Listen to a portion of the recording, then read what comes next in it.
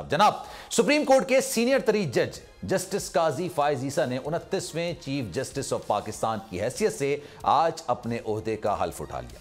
Chief justice Pakistan की हल्फबरदारी की तकरीब में शिरकत के लिए सुप्रीम कोर्ट के तमाम जजेस ऐवान सदर पहुंचे, जहां सदर मुमलिकत डॉक्टर आरिफ अलवी ने जस्टिस काजी फायज ईसा से ओहदे का हल्फ लिया। तकरीब हल्फबरदारी में वजीर आजम अनवारुल हक काकड़, चारों सूबाई governor, army chief general Asim Munir समेत वफाकी वुज़रा और वकला भी शरीक हुए।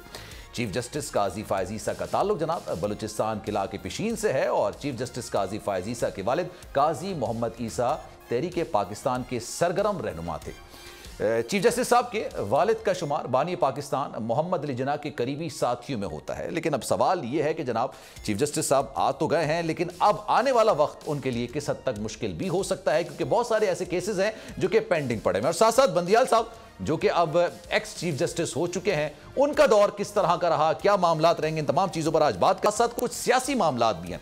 यकायक देखने में आ रहा है पाकिस्तान पीपल्स पार्टी नून लीग पर और नून लीग पाकिस्तान पीपल्स पार्टी पर लफ्जी गोलाबारी कर रही है। अगर एक महीने पहले की बात की जाए तो ये इत्तेहादी थे, हुकूमत चला रहे थे और कोलेशन हुकूमत तो थी, लेकिन आप कैबिनेट की अगर बात करते हैं, कैबिनेट कलेक्टिव रिस्पॉन्सिबिलिटी का नाम होता है।